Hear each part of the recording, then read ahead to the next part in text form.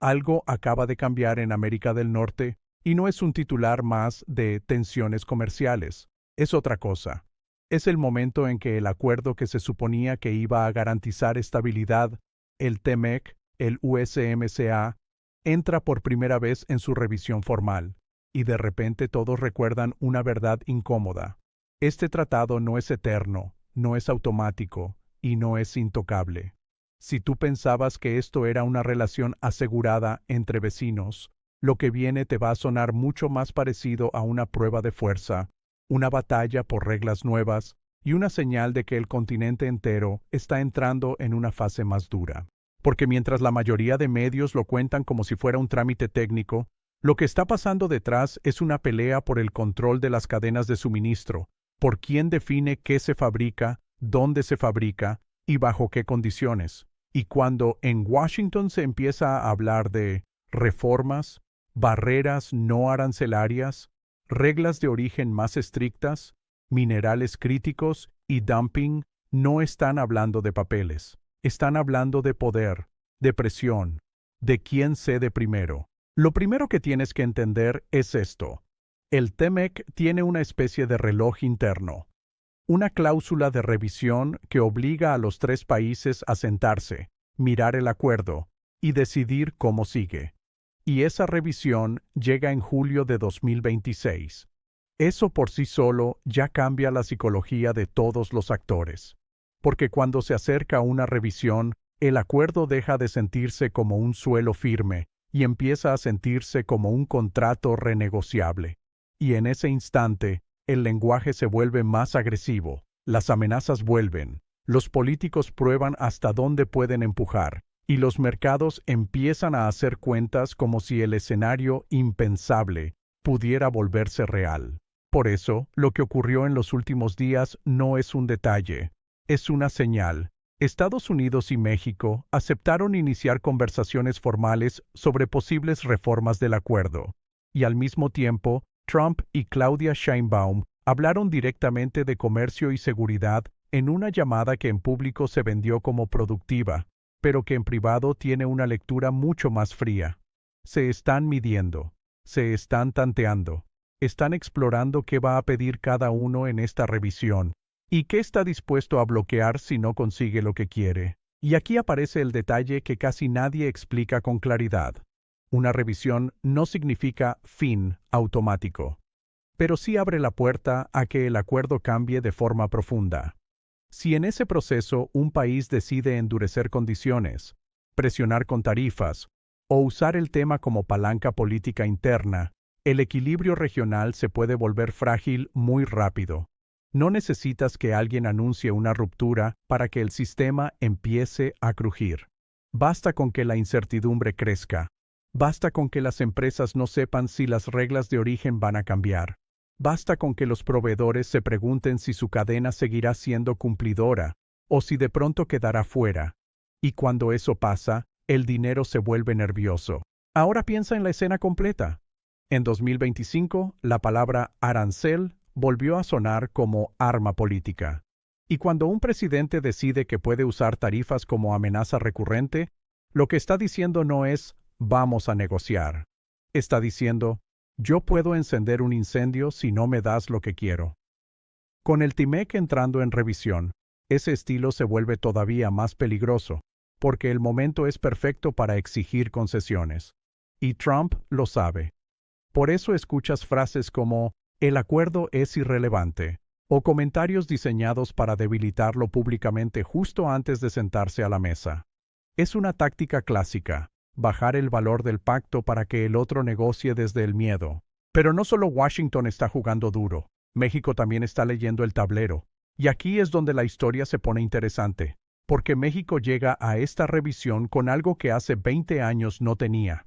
Palancas reales. La integración productiva ya no es un favor que Estados Unidos le hace a México. Es un sistema que funciona porque ambos lados lo necesitan. Y esa diferencia cambia todo. Hoy, miles de empresas estadounidenses dependen de componentes que cruzan la frontera varias veces. No es propaganda. Es la mecánica diaria de cómo se fabrica un auto, un electrodoméstico, un equipo médico, una pieza industrial. Una parte puede nacer en un estado de Estados Unidos, ensamblarse en México, regresar para un proceso adicional y volver a cruzar para el montaje final. Cuando tienes una arquitectura así, una amenaza comercial no es un golpe al otro, es un golpe al sistema. Eso explica por qué, cada vez que el debate sube de temperatura, aparecen dos reacciones simultáneas en Estados Unidos. Una parte del poder quiere negociar y bajar el tono, porque entiende el costo económico de un shock, y otra parte quiere castigo inmediato, porque ve esto como un tema de control y de precedente. Esa división es más importante de lo que parece, porque si tú no tienes una línea única, si tu aparato político empuja en direcciones opuestas, tu capacidad de imponer condiciones se reduce, y cuando tus socios ven esa división, aprenden dónde presionar. Mira Canadá. Ottawa ya está entrando al mismo juego, pero con su propio estrés encima. Mark Carney ha dicho que la revisión será robusta, y al mismo tiempo, desde Washington han llegado advertencias directas. No provoques antes de la revisión.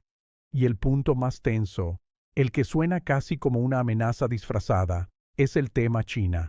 Trump ha llegado a lanzar la idea de tarifas gigantes si Canadá se acerca a un acuerdo con China. Eso es importante no por el número exacto, sino por el mensaje. En esta revisión, la línea roja es China. Es decir, el TMEC deja de ser solo un acuerdo comercial y se convierte en una herramienta geopolítica para limitar relaciones con potencias externas. Y aquí viene el giro. Cuando un acuerdo comercial se usa como instrumento geopolítico, el socio que se siente acorralado empieza a buscar alternativas, aunque sea solo para tener cartas en la mesa. No necesitas que México anuncie "me voy" para que empiece a diversificar. Basta con que el ambiente se vuelva hostil, y esa diversificación puede ser silenciosa. Acuerdos de inversión, rutas logísticas, compras estratégicas, conversaciones sobre financiamiento, alianzas tecnológicas. Todo eso puede pasar sin titulares dramáticos, y aún así, cambia el equilibrio. Por eso el foco de esta historia no es "México rompe el tratado mañana". Esa narrativa suena fuerte, pero es demasiado simple. Lo que importa es el proceso. La revisión abre una ventana en la que todos reescriben condiciones, y en esa ventana, los actores externos, China, el bloque BRICS, incluso Rusia, miran con atención porque cualquier grieta en la integración norteamericana es una oportunidad. No necesariamente para reemplazar a Estados Unidos de un día para otro, sino para ganar influencia paso a paso, para colocar inversiones donde más duelen, para ofrecer alternativas donde antes no había. Y si tú crees que eso es exageración, piensa en una palabra que se repite en estas conversaciones: minerales críticos. Esa palabra se ha vuelto el centro de la economía del futuro. Baterías, autos eléctricos, chips, infraestructura energética. Quien controla cadenas de minerales y procesamiento controla una parte del siglo XXI. Y en la revisión del TMEC, ese tema no es técnico, es estratégico. Cuando Estados Unidos habla de fortalecer cooperación en minerales críticos, no está hablando de amistad. Está diciendo: necesito asegurar suministro en mi región y bloquear que esto se convierta en una puerta trasera para China. Ahora, aterriza esto en México. México tiene industria, tiene ubicación, tiene mano de obra, y tiene algo que se volvió oro en los últimos años: cercanía con el mercado estadounidense sin cruzar océanos. El nearshoring no fue un eslogan, fue un movimiento real de empresas buscando estabilidad logística. Y ese movimiento hizo a México más valioso. Entonces, cuando llegan amenazas o exigencias, México no escucha como escuchaba antes. México sabe que su posición dentro de la cadena regional se volvió más central, y en una negociación, cuando tu valor sube, tu margen de maniobra también sube. Y aquí es donde el relato se vuelve incómodo para Washington. La presión ya no garantiza obediencia automática. Antes, el mecanismo era sencillo: amenazas comerciales, presión migratoria, condicionamientos regulatorios. y el socio se acomodaba porque la alternativa parecía demasiado costosa. Pero hoy, el mundo cambió.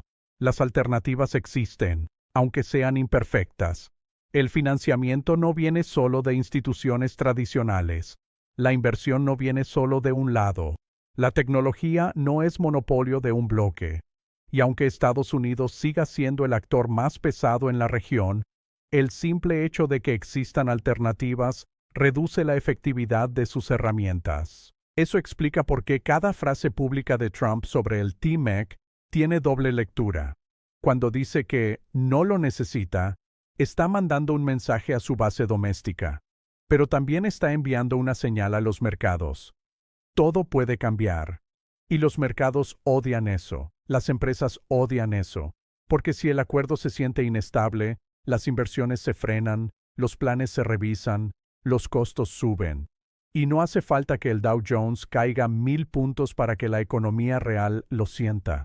Basta con semanas de incertidumbre para que alguien retrase una fábrica, para que un proveedor busque otro país, para que un banco ponga condiciones más duras. Por eso la escena real no es una ruptura espectacular.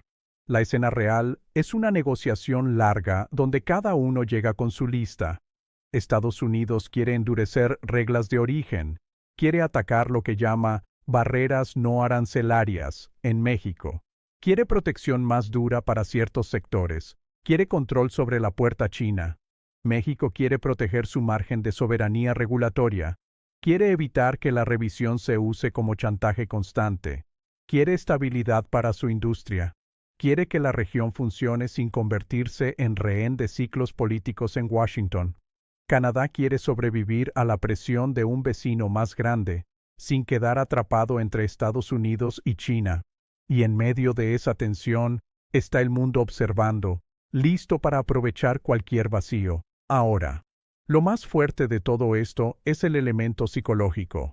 Durante años, en Europa se hablaba del TMEC como si fuera un ancla sólida, una prueba de que América del Norte había encontrado un modelo estable. Pero la revisión de 2026 muestra otra cosa. El modelo es estable mientras haya voluntad política estable, y esa voluntad ya no es garantizada. Si el acuerdo se convierte en arma electoral cada 4 años, entonces deja de ser un ancla y se vuelve una negociación eterna. Y una región que vive en negociación eterna se vuelve vulnerable a actores externos que ofrecen algo que suena atractivo. Previsibilidad. Aquí es donde España debería mirar con atención, porque España no está fuera de este tablero. La economía europea siente cualquier reconfiguración grande en cadenas de suministro, en inversión industrial, en energía, en tecnología. Si América del Norte se fragmenta o se vuelve menos predecible, Europa no solo observa, recibe la onda expansiva en precios, en decisiones corporativas, en demanda, en inflación importada, y además hay un factor político. Si Estados Unidos normaliza el uso de acuerdos comerciales como herramienta coercitiva, otros bloques aprenden y responden. El mundo se endurece. Y lo que viene ahora es la parte que casi nadie te dice de frente. La revisión de 2026 no es un evento de un día, es un proceso que ya empezó. Hubo consultas públicas, audiencias, reportes, conversaciones formales. Todo eso es el calentamiento antes de la pelea principal. Y cuando ves que, a finales de enero de 2026, ya hay reuniones de alto nivel para hablar de reformas y ya hay llamadas presidenciales para alinear posiciones, lo que estás viendo es el arranque real de una renegociación en cámara lenta. Entonces, la pregunta correcta no es ¿se rompe el tratado mañana? La pregunta correcta es ¿quién sale con más control después de la revisión? Porque ahí está la jugada. Si Estados Unidos logra reescribir reglas para blindarse de China y endurecer condiciones a sus socios, habrá usado el TMEC como herramienta de poder. Si México logra mantener estabilidad sin aceptar un marco de subordinación nueva, habrá demostrado que puede negociar desde una posición más fuerte. Si Canadá logra no quedar como rehén de amenazas, habrá ganado espacio político.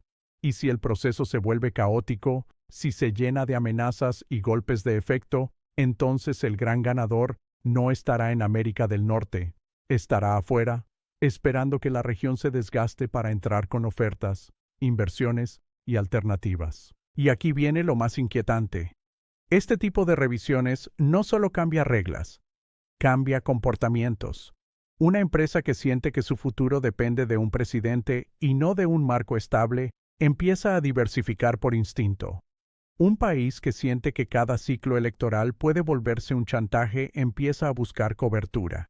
Y cuando esa cobertura se construye, el poder del chantaje se reduce. Es un efecto lento, pero real. Y una vez que empieza, es difícil de revertir. Por eso Washington parece tan obsesionado con asegurar la región. Porque si América del Norte deja de ser un bloque confiable, Estados Unidos pierde algo más que comercio. Pierde la ventaja estratégica de tener un entorno regional alineado, integrado, predecible. Y en un mundo donde Asia empuja, donde los BRICS construyen sistemas alternativos, donde la competencia tecnológica es brutal, perder previsibilidad en tu propia región es perder oxígeno. México lo sabe. Y por eso Sheinbaum juega un papel clave. Su discurso público tiende a ser firme, pero calculado. No necesita incendiar todo para ganar palancas. Solo necesita mostrar que México no entra a la revisión arrodillado. Necesita demostrar que México tiene agencia, que México decide. Y cuando un país demuestra agencia en una negociación regional, los demás actores ajustan su conducta. Esa es la verdadera batalla.